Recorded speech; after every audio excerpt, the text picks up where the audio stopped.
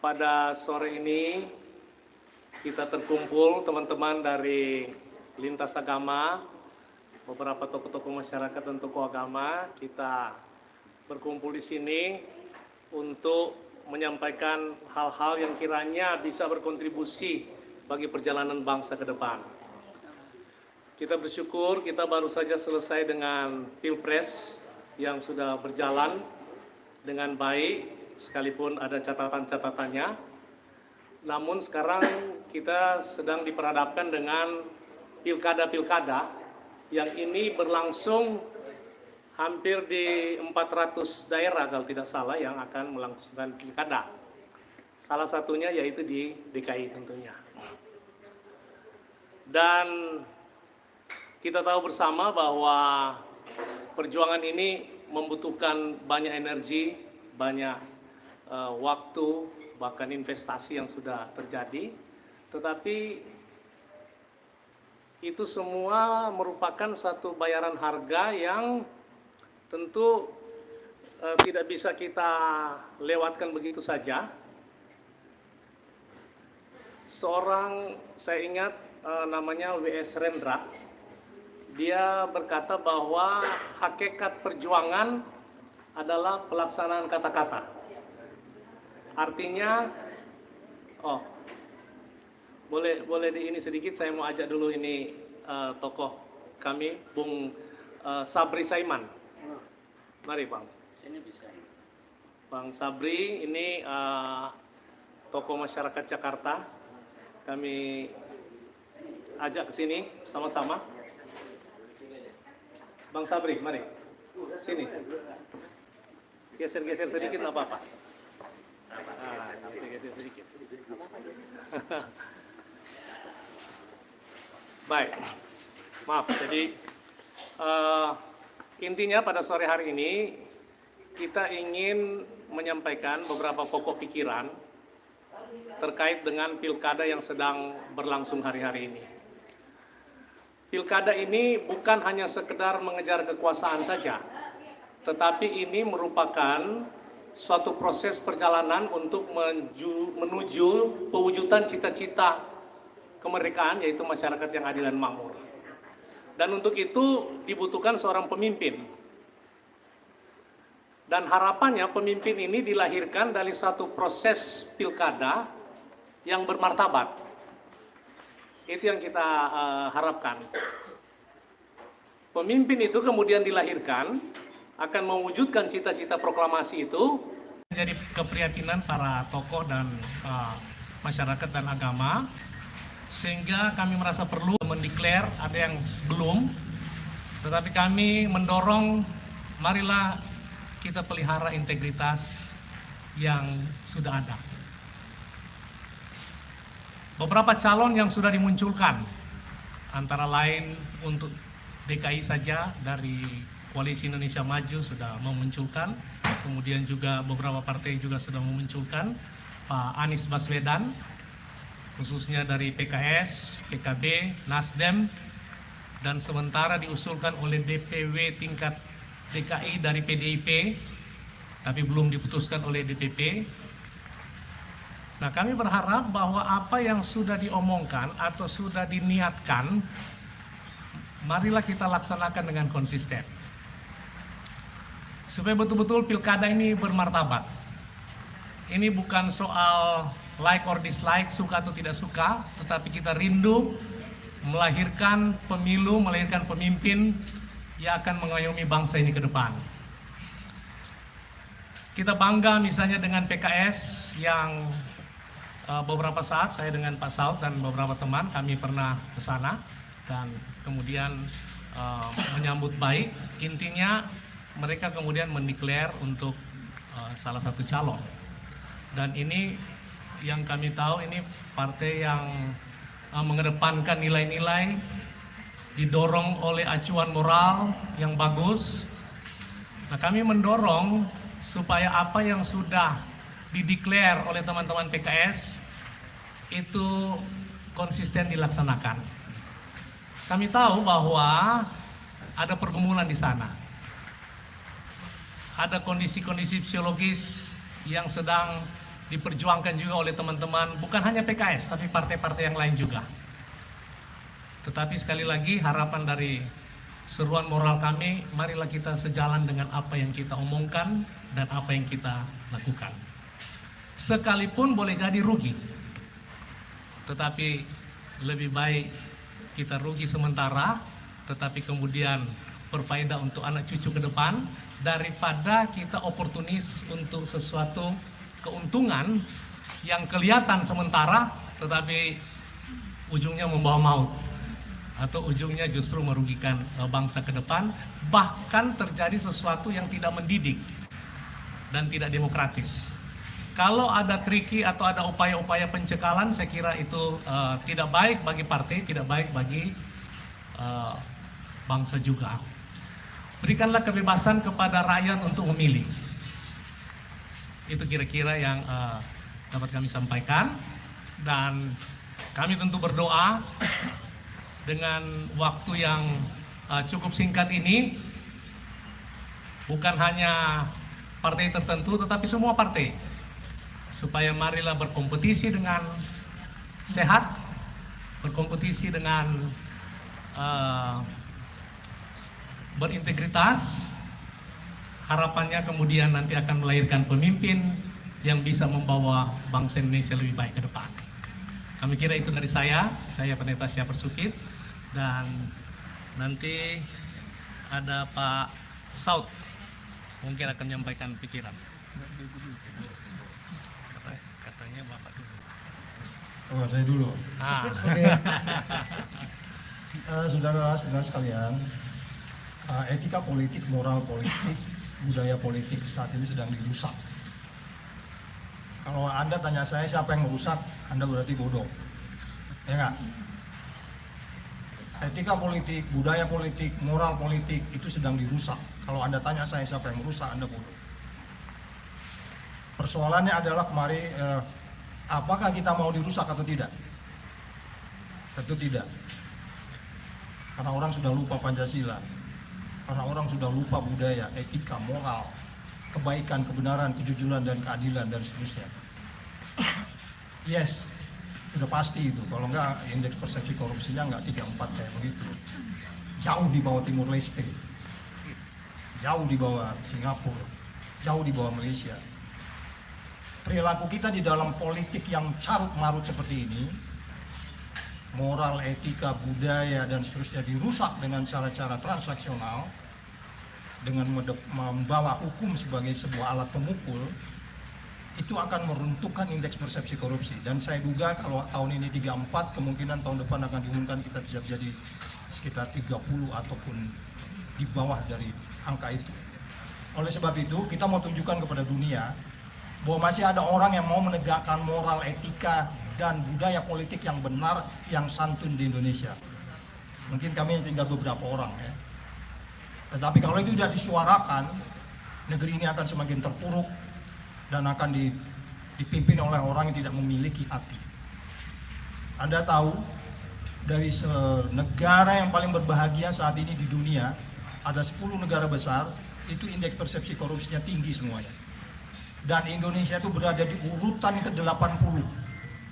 Jadi rakyat Indonesia berdasarkan riset tahun 2024 kita di bawah urutan 80. Jadi rakyat Indonesia ini sebenarnya menderita sebenarnya. Nanti silakan ya, the World Happiness Index Anda bisa lihat. Urutannya ke-80.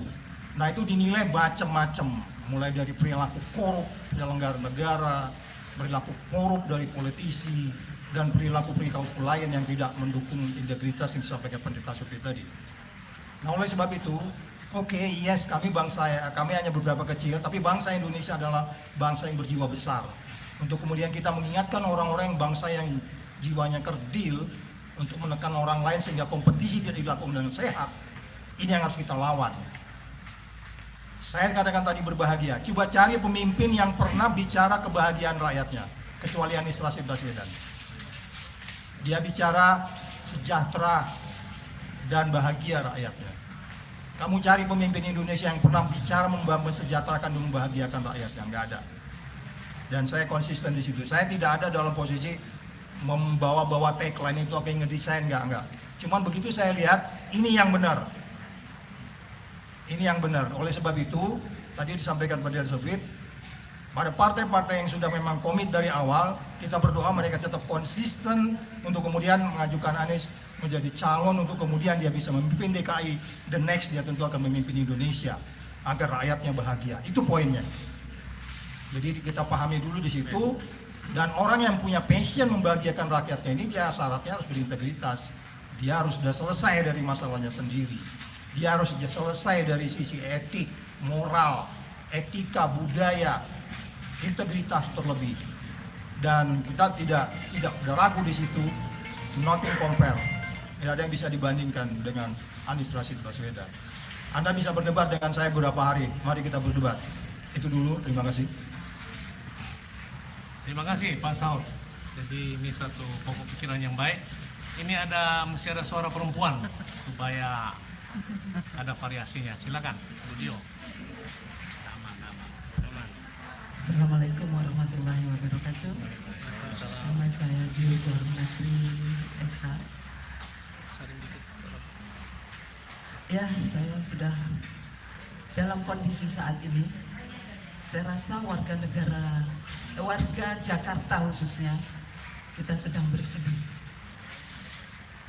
Saya nggak tahu apa yang harus saya lakukan, terutama untuk ibu-ibu semua di sini. Bahwa kita punya orang yang baik, kita punya orang berintegritas, kita punya orang yang bisa memimpin DKI, kita punya orang yang bisa kita percaya, dan kita yakin bahwa beliau bisa memimpin Jakarta. Dan itu sudah terbukti masa lalu. Yang kita sedihkan, kenapa kok partai-partai pendukungnya ini memanuver yang saya sendiri, para ibu-ibu saya rasa ingin bertanya-tanya, apa kesalahan Pak Anies? Apa yang pernah Pak Anies lakukan masa lalu? Saya berharap kepada pemimpin partai-partai yang telah berkomitmen untuk mendukung Pak Anies Rashid Baswedan, tolonglah dengar suara ibu-ibu, suara warga DKI, agar kita semua komitmen memberikan Pak Anies mendukung Pak Anies menjadi gubernur DKI. Kalau untuk semua pengusung di DKI, kita semua berharap Pak Anies menjadi gubernur. Untuk itu, saya mohon kepada pimpinan partai yang telah berkomitmen, partai PKS, PKB, Nasdem, PDIP, dan itu semua, marilah kita berkomitmen. Kita tidak boleh mengingkari janji. Kita sudah tahu betapa Pak Anies itu sudah memimpin DKI dan beliau berhasil. Ayo kita wujudkan ini. Kita semua sama-sama saling bahu-membahu untuk mewujudkan Pak Anies DKI 1. Terima kasih, saya rasa itu saja. Mudah-mudahan kita semua doa, warga negara Jakarta ingin sekali Pak Anies menjadi pemimpin Jakarta. Terima kasih. Wassalamualaikum warahmatullahi wabarakatuh. Waalaikumsalam. Terima kasih Bu Dio. Hadir bersama kita ada tokoh masyarakat Bang Sabri Zaiman. Ini rugi kalau dia nggak nyampaikan sesuatu. Jadi kita dengan Terima kasih. Assalamualaikum warahmatullahi wabarakatuh. Selamat siang. Salam sejahtera bagi kita semua. Saya hidup di 3 zaman. Tapi saat ini Indonesia sudah kehabisan air mata. Indonesia sedang menangis dengan mengeluarkan air darah, bukan air mata. Oleh karena itu, saya dari dulu sebagai aktivis, dari tahun 63 saya jadi aktivis sampai sekarang. Bukan yang saya mau pilih itu adalah pemimpin yang tidak punya karakter. Saya kepingin negara ini dipimpin oleh orang yang punya karakter.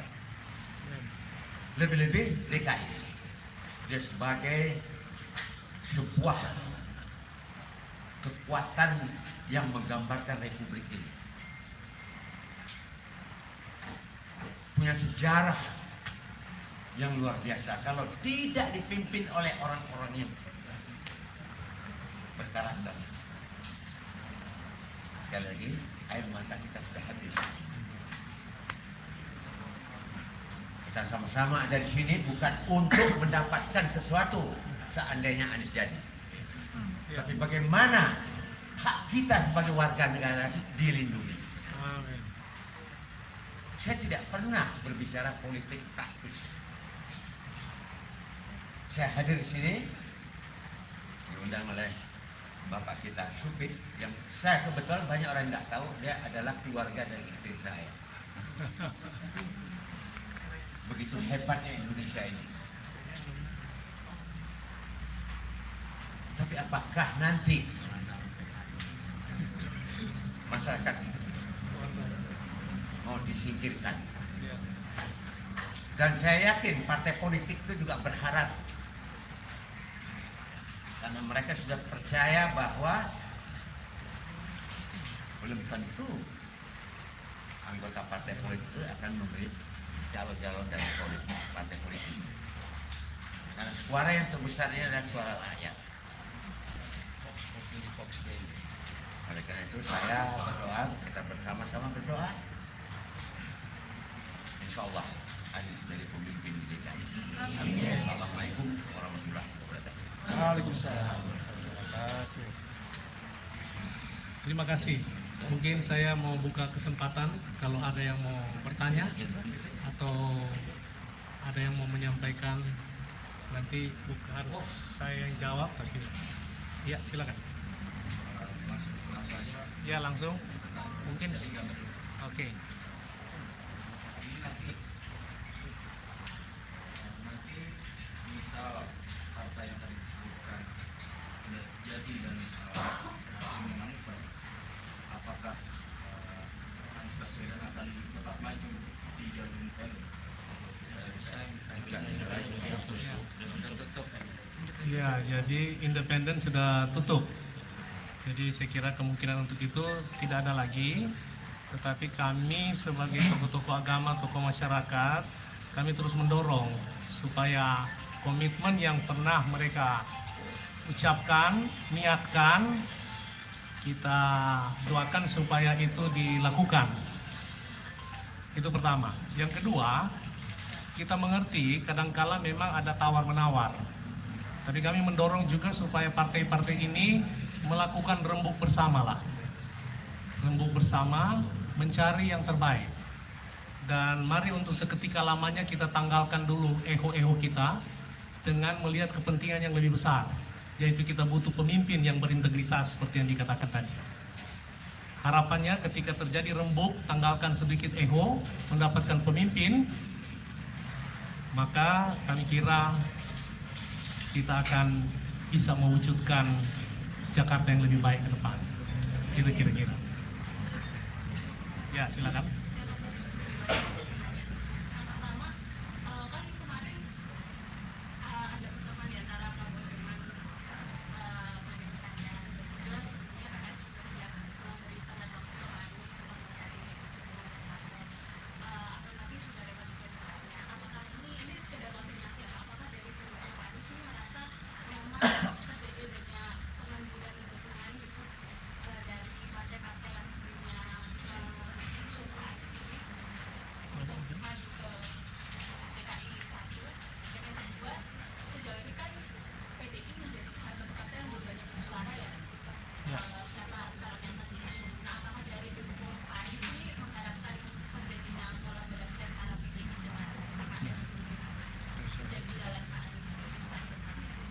Baik, Saud jawab. Ya, apa yang kita bicarakan hari ini itu adalah politik nilai. Kami juga nggak akan di sini kalau kami nggak bicara politik. Nggak ada urusan transaksional di sini. Kita bicara nilai. Seperti apa sebenarnya partai politik ini yang mendukung Anies untuk kemudian menciptakan sebuah nilai seperti yang saya bilang tadi. Politik yang cerdas, politik yang berintegritas, politik yang bermoral, politik yang beretika, politik yang berbudaya. Itu yang bisa kita himbau. At the end katakan Anies nggak kepilih juga, emang mau gebuk-gebukin? Nggak mungkin kan?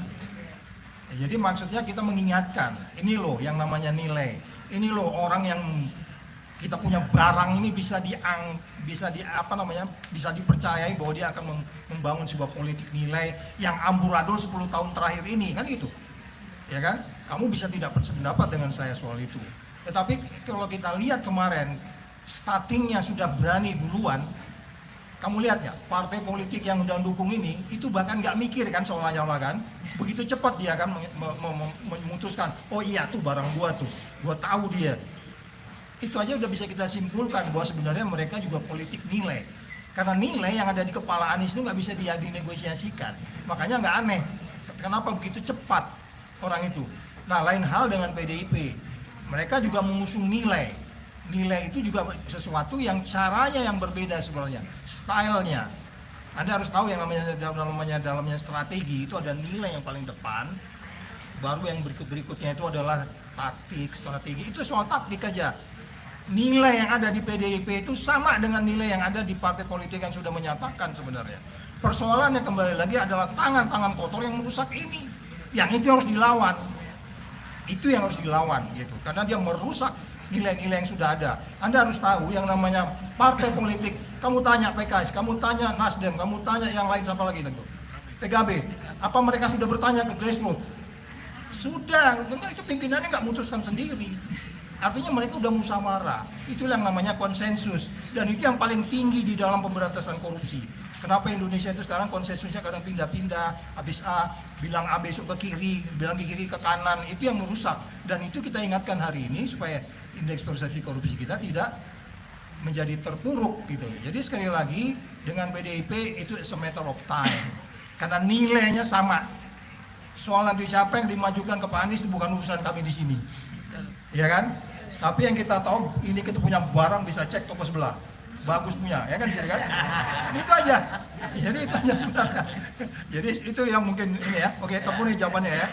Itu is a matter of time. Nanti kita lihatlah. Pasti last minute dia akan umumkan. Karena ada kamu bisa rasakan environment, lingkungan, nuansa, value yang sama, ya kan? Tentang 9 tahun ini kayak seperti apa sebenarnya politik dibangun dengan carut marut, dengan oligarki yang begitu memperpurukkan kita di tengah bangsa-bangsa internasional. Oke, gitu ya, Mbak. Ada lagi? Nggak bayar nih. Oh, Sabun, berarti kalau misalkan memang sama nilai ini PDIP dan Baswedan ketemu, berarti memungkinkan dong duet Anies dan Ahok yang baru terjadi. Kamu nanya. Ini gue bukan Megawati bro. Salah. Itu udah urusan ibu tuh, urusan bunda. Dia punya wisdom kan, ya nggak? Kita belum lahir dia udah berpolitik bro. Ya? Oh iya dong. Apalagi yang namanya bisa jadi kemudian gue hari Minggu sama-sama kerja sama Ahok kan gitu kan, bisa aja kan? Itu bukan urusan kita gitu loh. Itu biarnya urusan dia. Yang paling penting adalah ada sebuah nilai yang cair di mana di masa lalu dipertahankan, hari ini enggak. Nilai itu yang mempertemukan itu adalah ya kembali lagi bisa jadi mungkin nanti itu fokusnya adalah PDIP sendiri, ya kan? Atau fokusnya partai yang lain juga bisa. Tapi pada saat ini kalau kita bicara kekuatan di parlemen, kekuatan di masyarakat, perolehan suara dan seterusnya, politik itu kan bukan di ruang hampa. Jadi kita tunggu aja nanti dengan siapapun itu nanti kita lihat. Dan inilah yang namanya power yang berdialog tadi Pak Supit katakan. Yang paling penting adalah kita mengingatkan ini loh, ada pekerjaan besar bangsa Indonesia untuk memperbaiki bangsa ini yang sedang terpuruk. Lepaskan dulu soal-soal saya juara, saya harus calonkan, enggak. Ini kita siap dulu bertempur untuk melawan kebatilan, ketidakbenaran, ketidakjujuran. Hindari dulu yang kecil-kecil, ya kan? Ini tinggal berapa bulan lagi kok. Badai itu akan segera hilang, beberapa bulan lagi, ya kan? Jadi bertahan aja dulu beberapa bulan ini.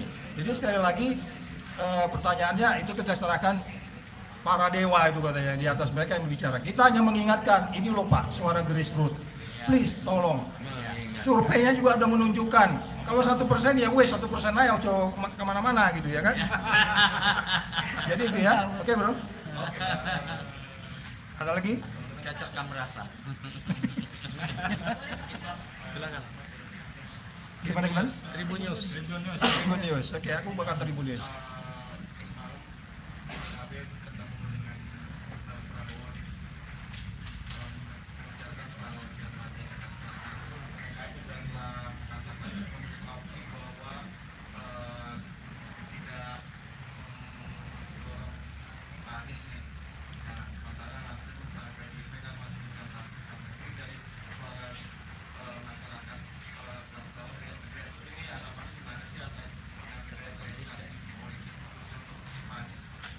Ya, suara di grassroots sudah jelas ya, dari survei sudah terlihat dan kami juga di sini tujuannya itu. Jadi politik itu sesuatu yang sangat cair. Bahkan kita nggak akan merdeka kalau nggak Bung Karno nggak diajak ke Rengas Dengklok. Itu ngobrol kayak gini nih, di warung-warung begini. Jadi bisa aja suatu saat berubah, karena memang wisdom itu bisa datang dari kapan saja. Kebijaksanaan itu datang dengan dialog, itu power of dialog. Jadi kalau ketika partai-partai ini ketemu berdialog, itu akan selesai. Ini kan belum pernah kita duduk melihat mereka berlima duduk kan? Belum. Jadi artinya peluang masih akan tetap ada. Tapi at the end sekali lagi, kita berharap kemungkinan yang paling terbaik buat negeri ini. Gue jelas nggak mengharapkan kemungkinan yang terburuk dong. Nggak pernah gue pikirin terburuk itu. Nggak pernah terpikir dalam kepala saya, Anies itu tinggalin, nggak. Saya nggak pernah curiga sama orang. Karena semua sinyal yang dikirim adalah sinyal positif. Itu tadi terbukti di depan. Sepertinya mereka nggak mikir. Begitu pilkada dibicarakan, langsung 3 partai, ya ini calon gua. Belakangan menjadi berubah, itulah yang kita pertanyakan. Apa ada ancam-mengancam? Ya kita semua tahu, kalau lu nggak tahu berarti lu bodoh, bener. Ya kan? Ya nggak? Itu harus sudah kita pahami semuanya. Oleh sebab itu yang harus kita lawan. Ya dengan diskusi seperti ini, jangan yang lupa, ya tentu kita harus berdoa juga, gitu kan. Ya kalau teman kita Tuhan, musuh kita siapa? Ayo. Nah itu aja, sederhana, simple. It's as simple as that. Jadi kira-kira itu masih cair loh, kira-kira gitu ya.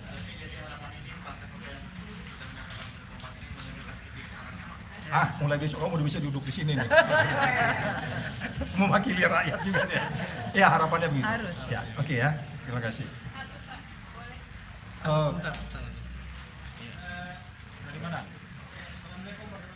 Dari Saya Arif Ihsan dari EG Sudana Channel. Wih, ini live ini? Oh bahaya.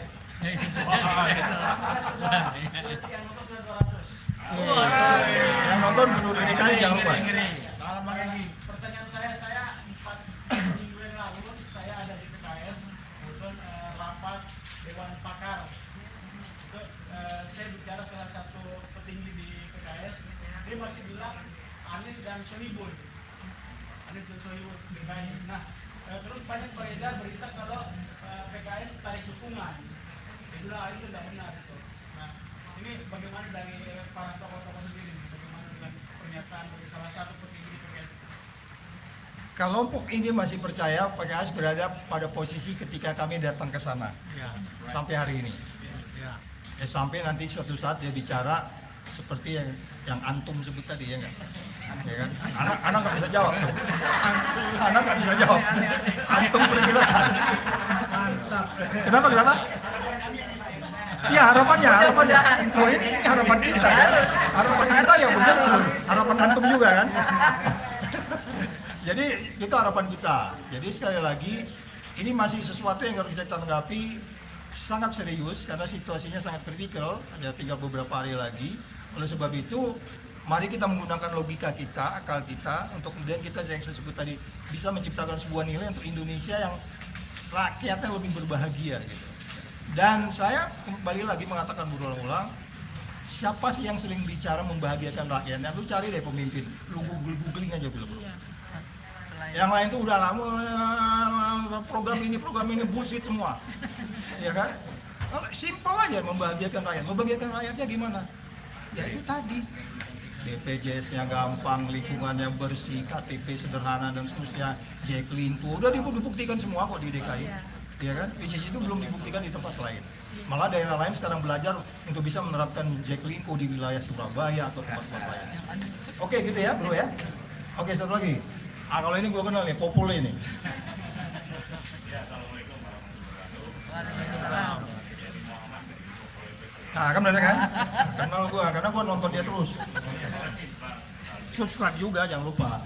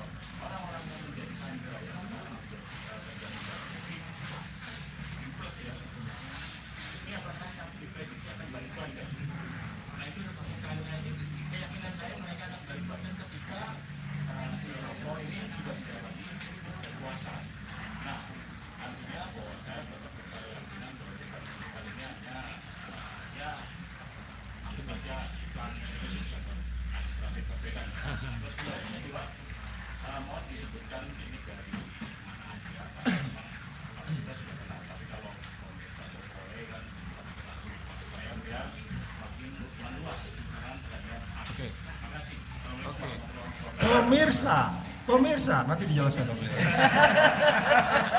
Penonton Popele sabar, nanti dijelaskan. Kita tetap percaya bahwa akan ada wisdom yang datang.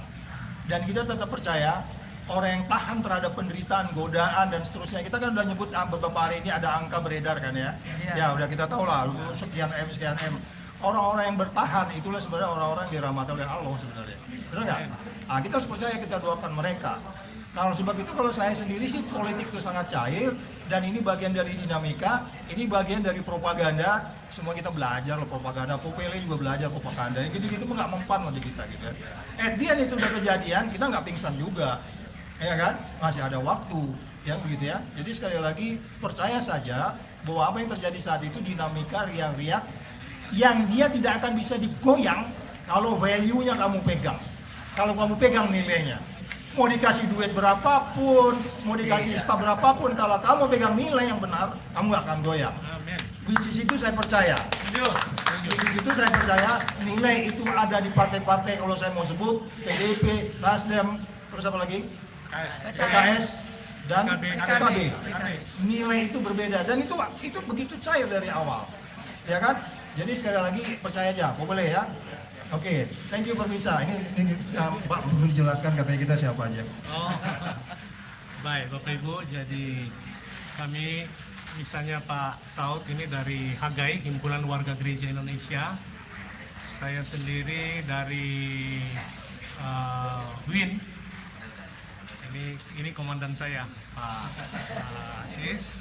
Kalau Ibu Dio dari unsur perempuan ya. Ya. Dan ini Mama, ini ada beberapa teman-teman yang ada ini tokoh-tokoh di belakang ini. Ini mereka aktivis-aktivis di berbagai macam lini. Kira-kira begitu. Ya.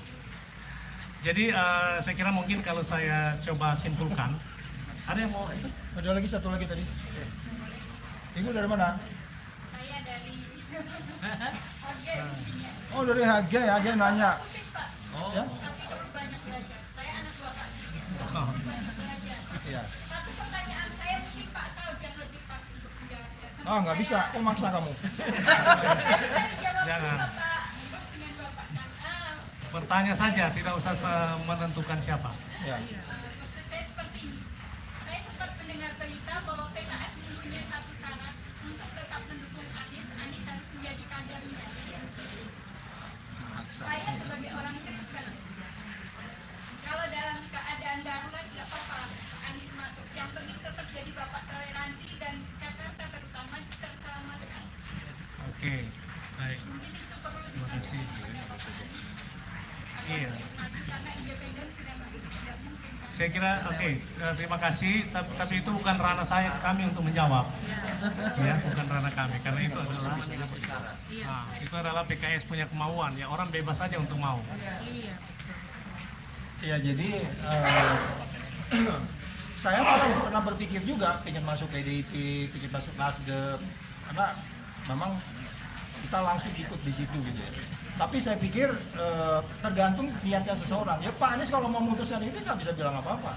Karena saya udah bilang tadi, ketika value Anda pegang, Anda mau masuk di RT, di RW, masuk ke ruang ini, masuk ke hotel busuk, mau hotel bersih, mau yang dimanapun, Anda akan tetap nilai itu yang Anda pegang. Jadi nggak usah ragu. Jadi kita juga nggak maksa-maksa Pak Anies untuk jangan masuk atau harus masuk, enggak. Tapi kalau bicara strategi, itu menarik memang. Ya, itu menarik. Itu pilihan berada di beliau. Ya, bukan DKI saja, Indonesia. Ya kan, kita udah bicara ke tadi ini untuk Indonesia 2029 juga ini. Bukan 2024 aja nih. Karena memang pemimpin yang saat ini sangat jarang yang berani bicara tentang yang saya sebutkan kebenaran, keadilan, kejujuran, kesetaraan. Coba cari deh pemimpin yang sering mengeluarkan kata-kata kesetaraan itu siapa coba? Ya, itu detail dari dalamnya, itu gampang untuk menganalisis dia gitu. Jadi sekali lagi kita nggak bisa maksa, kalau beliau mau masuk silakan.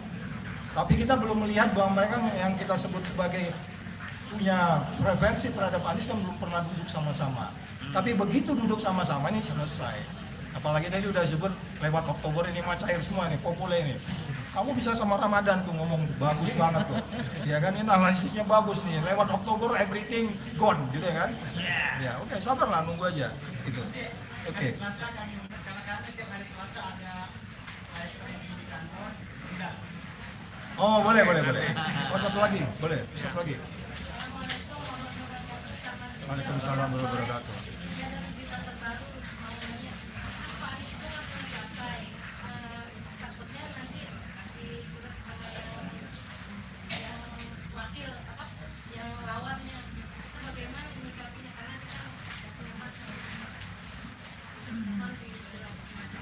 Ya politik itu realistis ya.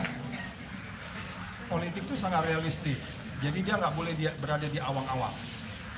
Persoalannya kembali lagi, dia menjadi simpel untuk dinegosiasikan tentang perbedaan ketika Anda memiliki nilai yang sama. Jadi ke partai-partai yang berada, yang sudah menyebut, mendeklar diri yang berdukung di sini, memiliki nilai yang sama tentang situasi Indonesia saat ini.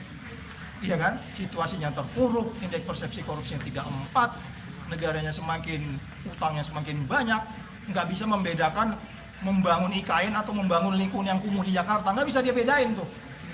Itu kan itu merusak sebenarnya. Yang uang itu banyak disia-siakan bukan untuk rakyatnya, bukan untuk membahagiakan rakyatnya. Nilai itu ada di partai ini, jadi simple untuk membahasnya. Jadi Anda yakin aja ketika mereka duduk, everything gone. Oke. Ya, itu ya. Ya, mudah-mudahan bisa di ini ya, pahami. Oke, makasih. Ini ada protes saya di depan semua katanya, jadi dari belakang mau minta juga.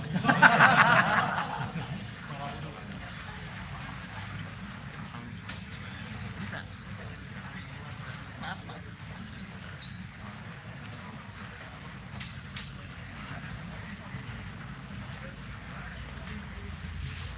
Ya, terima kasih Pak Supit. Izin para senior.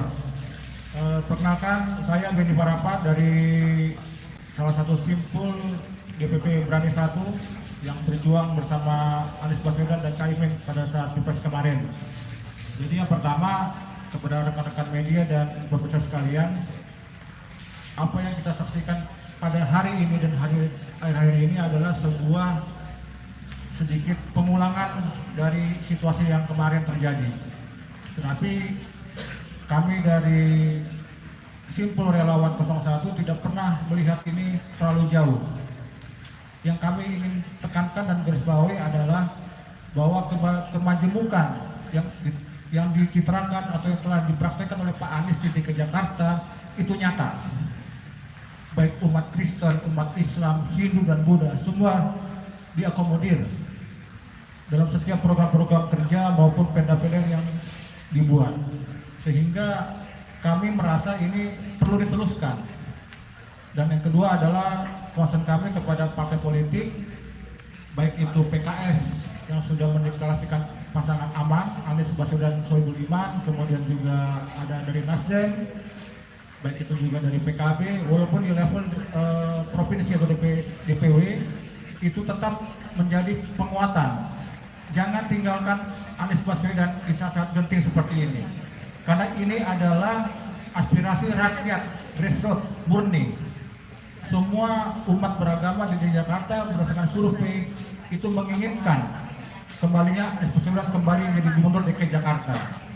Jadi bila mana ada hal-hal yang di luar itu bisa kita kesampingkan demi tujuan yang lebih besar tujuan mensejahterakan masyarakat DKI Jakarta.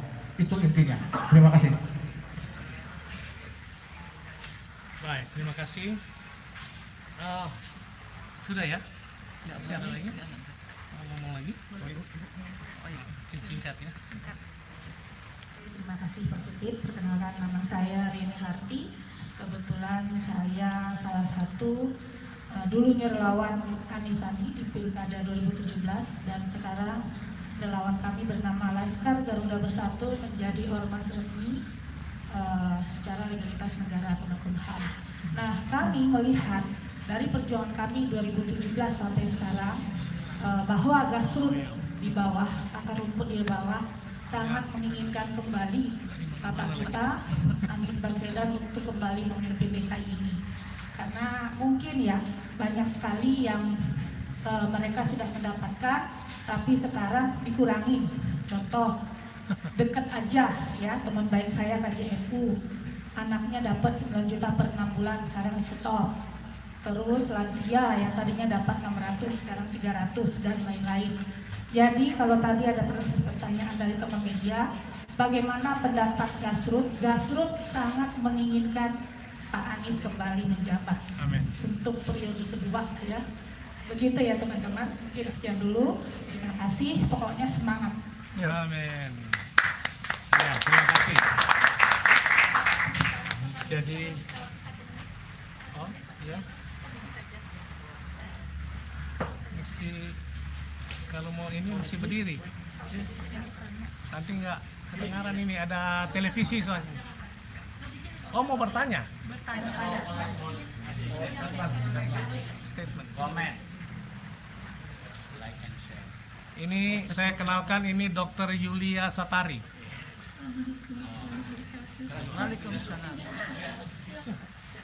Saya adalah tim dari Pak Aziz dan Pak Pendeta ya, kita bersama.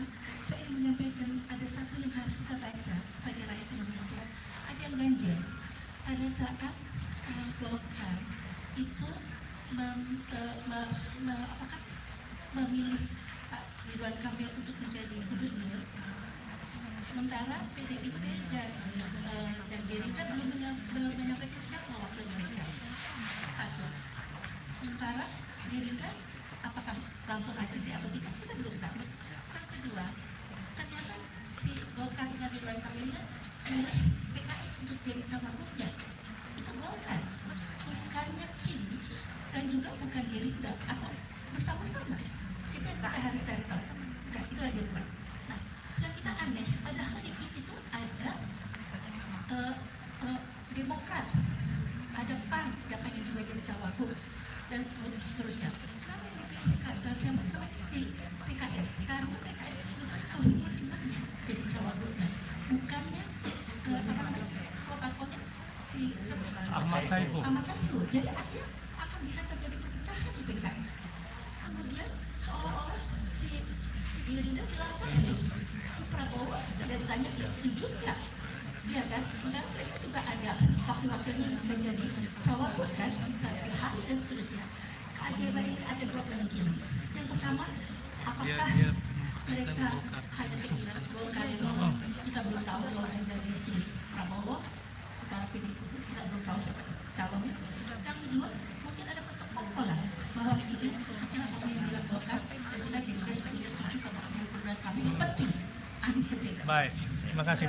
Jadi kalau dalam kita agama kita ya Pak yang berdua, bahwa kalau ada niat seseorang lain ada opsinya seperti yang dilihat juga. Kita lihat. Terima kasih. Terima kasih.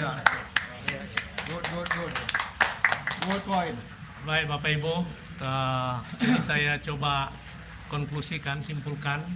Pertama, seruan kami sebagai tokoh-tokoh agama, tokoh masyarakat, yaitu mari kita tetap kedepankan moral dan etik di dalam berpolitik sekalipun.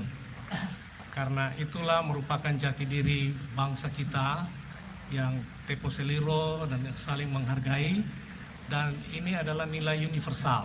Itu satu. Yang kedua, kami mendorong supaya partai-partai ini duduklah bersama, mendialogkan hal yang terbaik untuk bangsa ini, khususnya untuk DKI Jakarta. Jadi gap yang ada atau katakanlah kekurang penjelasan yang ada, saya kira kata kuncinya kami hanya bisa mendorong supaya dengan rendah hati, marilah partai-partai yang ada ini berdialog, karena ini adalah jati diri kita juga, yaitu bermusyawarah, itu di sila keempat. Kami dorong hal ini dan kami doakan kalau ini terjadi, maka nilai yang ada di partai-partai ini kemudian dipersatukan, ini akan mampu mengalahkan segala godaan-godaan yang sifatnya hedonisme yang ada di dunia ini. Ini kira-kira yang dorongan kami. Yang ketiga, kami juga berharap supaya tinggalkanlah upaya-upaya triki, upaya-upaya cawe-cawe, ataupun upaya-upaya yang mau memendam kehendak rakyat oleh karena ambisi kekuasaan semata-mata. Marilah kita cukup puas dengan apa yang Tuhan sudah berikan kepada kita. Saya mau tutup dengan kami ingin mengapresiasi apa yang disampaikan oleh Presiden Joko Widodo yang kami hormati, yaitu ketika dia minta maaf pada saat dia menyampaikan pidatonya. Saya kira ini kan sudah pernyataan umum ya. Jadi kami pikir ini suatu penyampaian yang baik, yang kita beranggapan positif bahwa ini dari kerendahan hati beliau menyampaikan permohonan maaf kepada bangsa Indonesia ataupun kepada yang dengar. Nah, pengertian kami, seorang yang meminta maaf artinya pertama dia rendah hati, kedua dia menyadari kesalahan, bahwa ada kekeliruan yang dia lakukan dan dia meminta maaf. Tentu secara pribadi kita semuanya memaafkan. Amin. Tetapi yang kedua, kalau dari perspektif iman Kristiani, meminta maaf itu juga bertobat artinya. Bertobat itu di dalam kata aslinya itu metanoia. Metanoia itu artinya change your mind, berubah pikiranmu. Jangan cawe-cawe lagi. Jadi kalau dia minta maaf dan dia bertobat, berarti dia merubah pikiran untuk bangsa ini jadi lebih baik ke depan. Itu kira-kira yang kami apresiasi kepada Presiden Joko Widodo, dan tidak mungkin rakyat tidak akan memaafkan. Nobody perfect. Tetapi bahwa kemudian ada yang lain-lain, saya kira itu urusan lain, tapi kami dalam urusan hukum lah. Ya, yang lain. Kalau kami dari urusan moral, kami menghargai itu. Tetapi harapannya apa yang beliau ucapkan itu hendaknya diimplementasikan pada tindakan. Kalau dia minta maaf, bertobat, dan merubah pikiran, marilah kami doakan, dorong supaya tindakan berikutnya dari Bapak Presiden yang kami hormati sesuai dengan apa yang dia katakan. Berubah juga tindakan-tindakan yang mempermuliakan bangsa ini ke depan. Kami kira ini yang dapat kami sampaikan. Mudah-mudahan ini bisa terus membawa bangsa ini lebih baik. Dan kita doa, kita punya harapan, kita berterima kasih kepada para pendiri bangsa, presiden-presiden yang sudah berlalu, tapi mari kita tetap berharap yang lebih baik lagi ke depan. Amin. Tuhan memberkati kita sekalian. Amin. Terima kasih. Sudah ya? Jadi terima kasih teman-teman wartawan sekalian. Kalau mau lanjutkan minum, masih ada minum Pak Tommy disediakan. Oh, foto bareng dulu.